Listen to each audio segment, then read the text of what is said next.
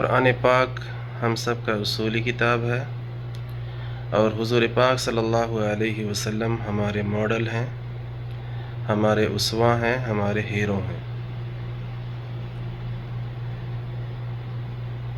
اس لیے ہم نے اپنا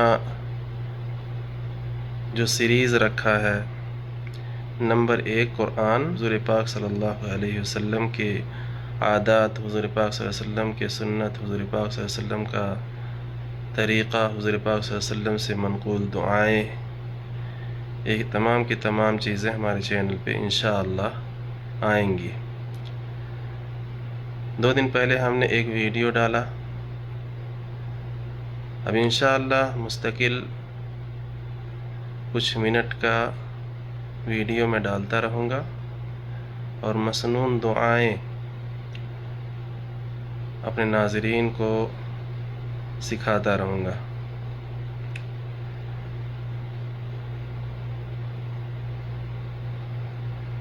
دعا یاد کراتے رہیں گے اور اسی کے ساتھ ساتھ ہم اجرا بھی کرتے رہیں گے، روزانہ پوچھتے بھی رہیں گے کتنے لوگوں نے اس پر عمل کیا، ان دعاؤں کو اپنا معمول بنایا اور کتنے لوگوں نے نہیں بنایا۔ جو لوگ نہیں بنائے وہ بنائیں اپنا معمول، حضور پاک صلی اللہ علیہ وسلم کا طریقہ، حضور پاک صلی اللہ علیہ وسلم سے منقول دعائیں اپنی زندگی کے اندر لائیں۔ انشاءاللہ اس کی برکت سے ہماری زندگی کے اندر خوشحالی آئے گی۔ کل ہم نے کھانا کھانے سے پہلے کی دعا اور بھول جانے پر جو دعا منقول ہے حضور پاک صلی اللہ علیہ وسلم سے، وہ دعا بتلایا تھا۔ آج اسی کے ساتھ ساتھ کھانا کھانے کے بعد کی دعا ہم آپ حضرات کے سامنے لائیں گے۔ کھانا کھانے کے بعد کی دعا ہے الحمدللہ الذی اطعمنا وسقانا وجعلنا من المسلمین۔ میں نے اس کو رومن انگلش کے اندر بھی لکھ دیا ہے اور اسی کے ساتھ ساتھ عربی کے اندر بھی لکھ دیا ہے۔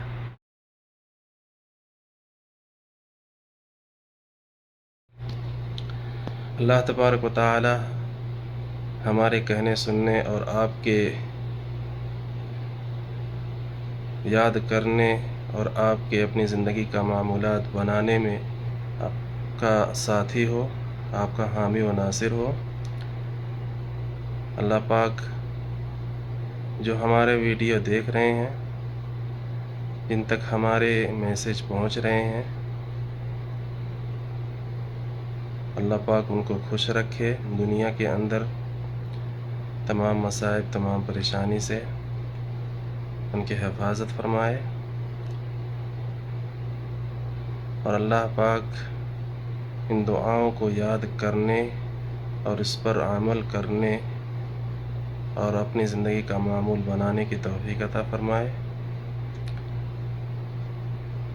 جو لوگ ابھی تک نئے ہیں ہمارے چینل پہ، ہمارے چینل کو سبسکرائب کریں، لائک کریں اور اپنے دوستوں میں شیئر کریں، تاکہ دوسرے لوگ بھی فائدہ اٹھا سکیں، دوسرے لوگ بھی دعائیں یاد کر سکیں، دوسرے لوگ بھی قرآن پاک کو تجوید کے ساتھ پڑھ سکیں۔